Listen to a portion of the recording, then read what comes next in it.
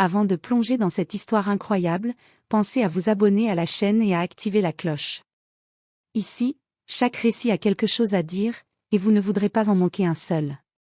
C'était un matin comme tant d'autres au Silver Diner, une petite bâtisse au néon fatigué, coincée entre une laverie automatique et une station-service qui n'avait plus vu un plein depuis des semaines. Le ciel était d'un gris sale, typique des hivers de Chicago, et la buée couvrait les vitres du dîner, masquant à moitié les visages des clients à l'intérieur. Grace Miller, 26 ans, le visage encore marqué par le sommeil, s'activait comme chaque jour depuis 6 ans. Elle connaissait le rythme par cœur. Remplir les thermos, empiler les assiettes, essuyer les tables graisseuses dont le vernis avait disparu depuis longtemps. Elle n'avait pas besoin de lever les yeux pour savoir qui était là. Toujours les mêmes. Des ouvriers de nuit, aux paupières lourdes, tachés d'huile ou de plâtre, qui buvaient leur café comme un rite de survie. Des mères célibataires, épuisées, qui nourrissaient leurs enfants avant l'école, l'air absent. Des étudiants, à moitié endormis, le nez dans leur livre ou leur téléphone, rêvant d'un avenir différent. Grace, elle, avait cessé de rêver.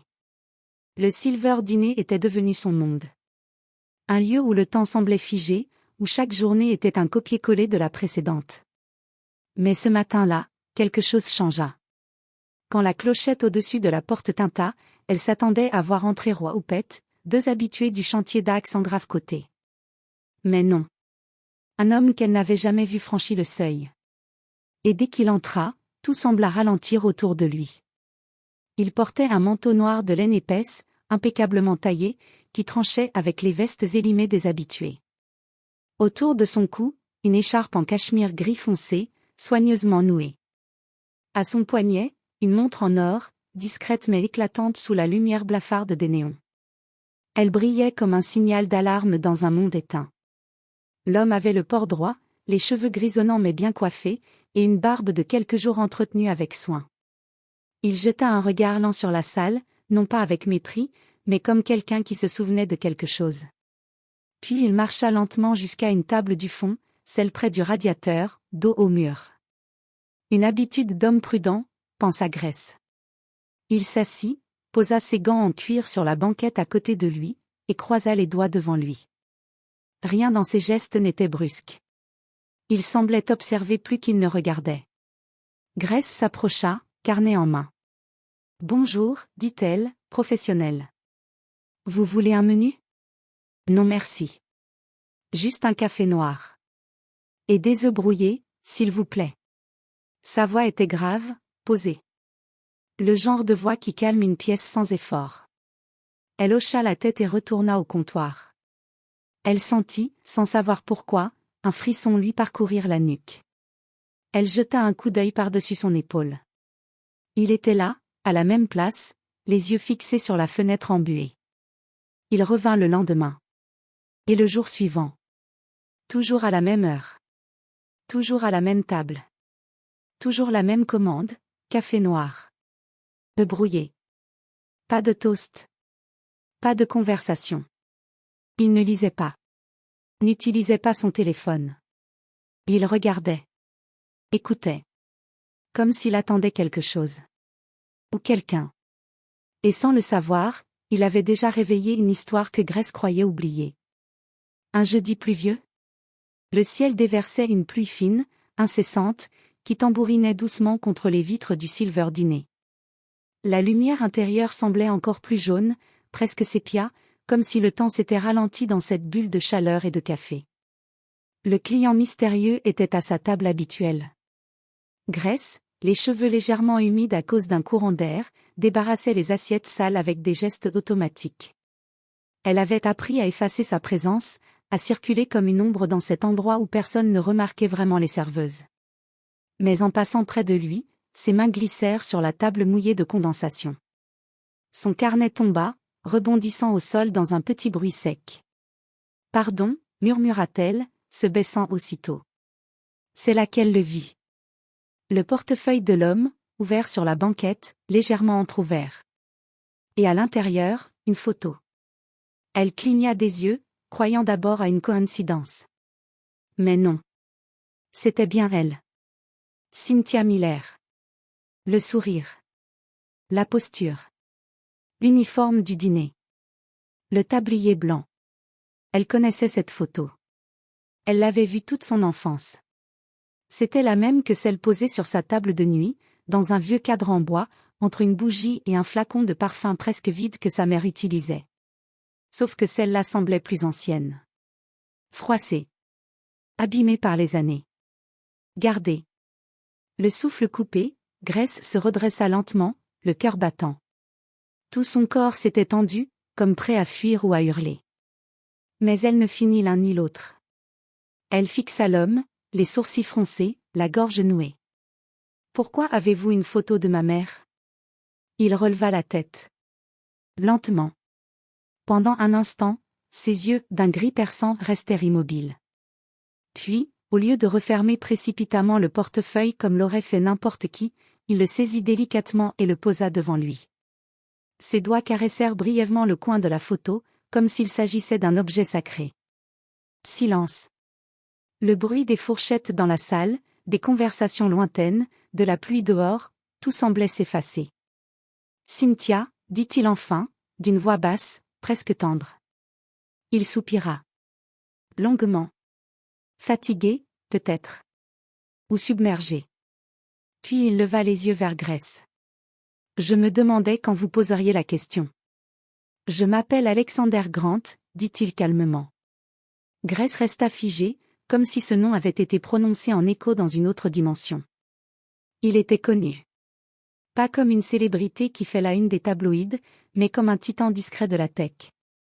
PDG de Grant Tech, l'une des entreprises les plus puissantes dans la cybersécurité. On disait qu'il protégeait les secrets les plus confidentiels du gouvernement américain. « Votre entreprise, vous êtes un milliardaire ?» « Oui », répondit-il sans orgueil. « Une fortune estimée à 3,2 milliards. » Mais il détourna aussitôt le regard, comme si ce chiffre le mettait mal à l'aise. Pourtant, à 18 ans, je n'avais pas un centime. Rien d'autre que les vêtements que je portais. Je dormais dans des cartons. Littéralement. Derrière les docks de la gare centrale de Chicago. Qu'est-ce qui s'est passé ?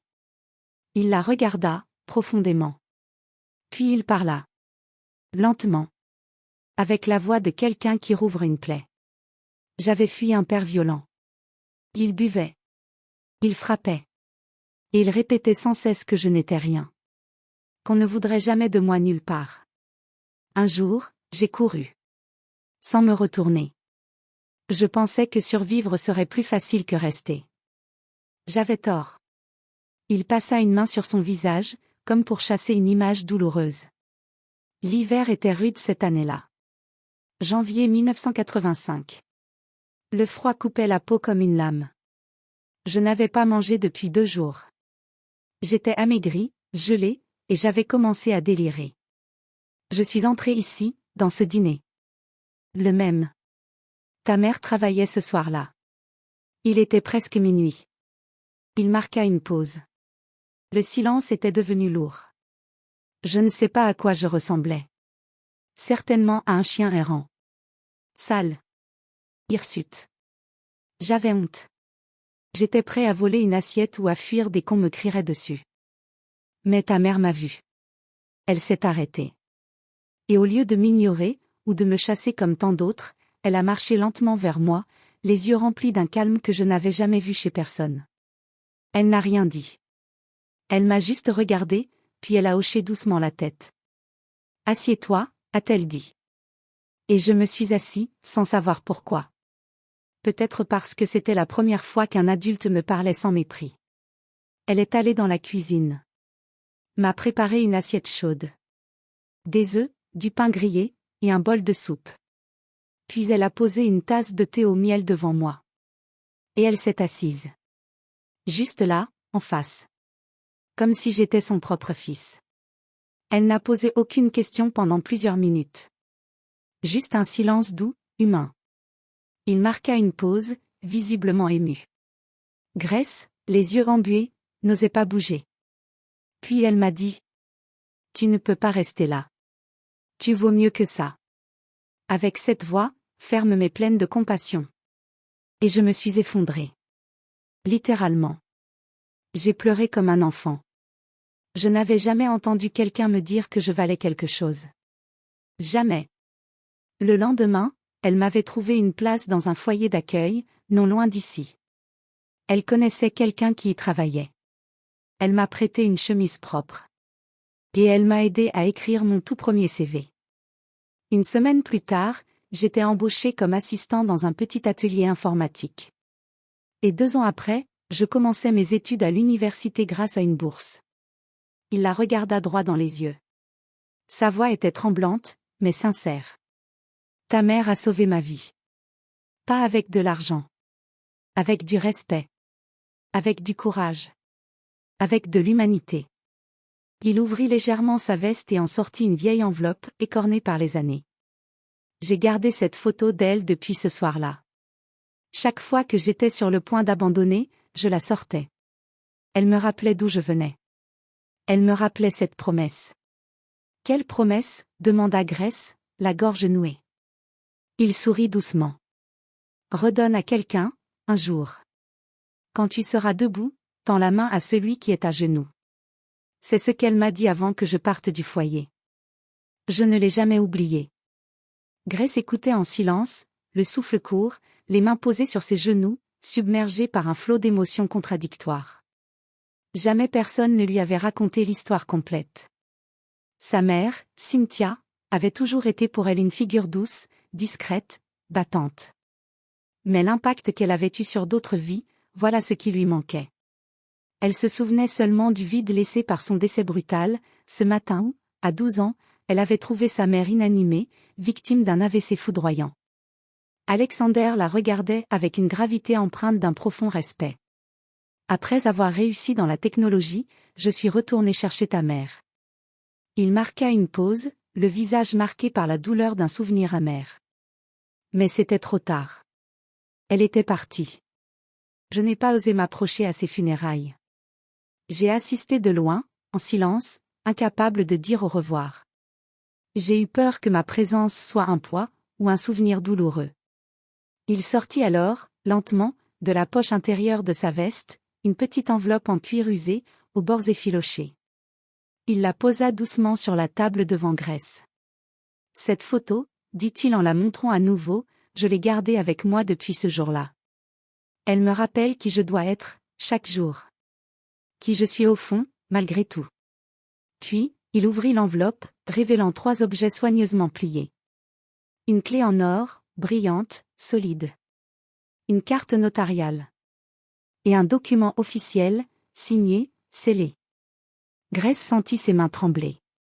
Elle prit le papier et lut les mots imprimés avec une stupéfaction croissante. C'est l'acte de propriété d'un immeuble situé dans le quartier de Lincoln Park. 4 étages, 9 appartements, et un espace commercial au rez-de-chaussée. Elle releva la tête, incrédule. Vous plaisantez ? Non, répondit Alexander avec un sourire doux mais ferme. Cet immeuble est enregistré à votre nom. Sans aucune dette. Les loyers qu'il génère couvrent entièrement l'entretien. Vous pouvez choisir d'y vivre, de le vendre, ou d'en faire ce que vous voulez. Mais surtout, il posa une main réconfortante sur la sienne. Ne croyez jamais que votre vie est petite, Grace. Votre mère a changé la mienne. Aujourd'hui, je rends simplement ce que je lui dois. Un prêt que je ne pourrai jamais rembourser autrement. Les larmes montèrent aux yeux de Grace, perlant doucement sur ses joues. Elle s'effondra légèrement, incapable de contenir l'émotion. Ce n'était pas seulement une fortune matérielle qu'on lui offrait, c'était la reconnaissance d'un passé douloureux, la promesse d'un avenir différent. Merci, murmura-t-elle entre 2 sanglots. Alexander sourit, sincère. C'est elle qui mérite tout le mérite, Grace. Elle a planté la graine d'espoir quand tout semblait perdu. Maintenant, c'est à vous de faire fleurir ce que votre mère a semé. 6 mois avaient passé depuis ce jour où Grace avait quitté le Silver Dîner pour toujours. La transition n'avait pas été facile. Quitter l'endroit qui avait été son univers pendant des années, quitter la routine qui, malgré tout, lui offrait un semblant de stabilité, c'était comme laisser partir une part d'elle-même. Mais l'immeuble dans le quartier huppé de Lincoln Park n'avait pas été vendu. Ce lieu, cadeau inattendu d'un passé douloureux mais lumineux, était devenue bien plus qu'une simple propriété. Avec l'aide d'une poignée de bénévoles et de voisins solidaires, Grace avait transformé le rez-de-chaussée en un centre communautaire chaleureux, un refuge pour les jeunes femmes sans abri, souvent oubliées par la société. Elle l'avait baptisé le refuge de Cynthia, en hommage à celle qui, un soir de froid glacial, avait tendu la main à un jeune homme brisé. Dès l'entrée, les murs portaient les couleurs douces du printemps, et les rayons de soleil filtraient à travers de grandes fenêtres, caressant les visages fatigués qui venaient chercher un peu de chaleur humaine. Grace servait des tasses de café fumant, préparait des sandwichs, écoutait les histoires de ces femmes dont la vie avait basculé trop vite. Elle était devenue un pilier pour celles qui n'avaient plus personne. Son regard, à la fois tendre et résolu, était une ancre dans la tempête pour ces âmes perdues. Parfois, à l'improviste, Alexander Grant venait déposer un chèque, un don anonyme pour assurer la pérennité du refuge. Il ne restait jamais, n'échangeait pas un mot. Il préférait l'ombre à la lumière, silencieux gardien d'une dette morale qu'il honorait sans fanfare. Mais une chose ne changeait jamais. La photo de Cynthia, encadrée avec soin, trônait fièrement sur un mur du centre, comme une présence bienveillante qui veillait sur les lieux. Et dans son portefeuille, Alexander gardait cette même photo, froissée, presque usée, mais toujours immortelle. Un après-midi, alors que le soleil déclinait, une jeune fille entra timidement au refuge. Ses yeux reflétaient la peur, la fatigue, et l'incertitude d'un avenir incertain. Elle tenait serré un sac en plastique usé, ses mains tremblantes. Elle s'approcha de Grace, les lèvres serrées. « Vous êtes celle qui a eu un immeuble en cadeau, parce que sa mère a donné un bol de soupe. » La question vint doucement, presque comme un murmure. Grace sourit, un sourire qui éclairait tout son visage fatigué. « Oui. C'est exactement ça. » Elle fit signe à la jeune fille de s'asseoir, versa lentement du café chaud dans une tasse propre et posée devant elle. « Et si tu veux, on peut commencer par là. » Elle désigna la tasse, puis la main tendue. « Ici, il y a de la place. Pour toi. Pour toutes celles qui veulent reconstruire. » La jeune fille leva les yeux, un éclat d'espoir naissant dans son regard. Et pour la première fois depuis longtemps, elle sentit que quelqu'un croyait en elle. Grace regarda par la fenêtre, le cœur léger. Elle savait que l'histoire de Cynthia, d'Alexander, et désormais la sienne, ne faisait que commencer. Qu'à travers ce refuge, une chaîne invisible de solidarité, de dignité et d'amour se tissait lentement. Et dans le silence doux du crépuscule, tout semblait possible.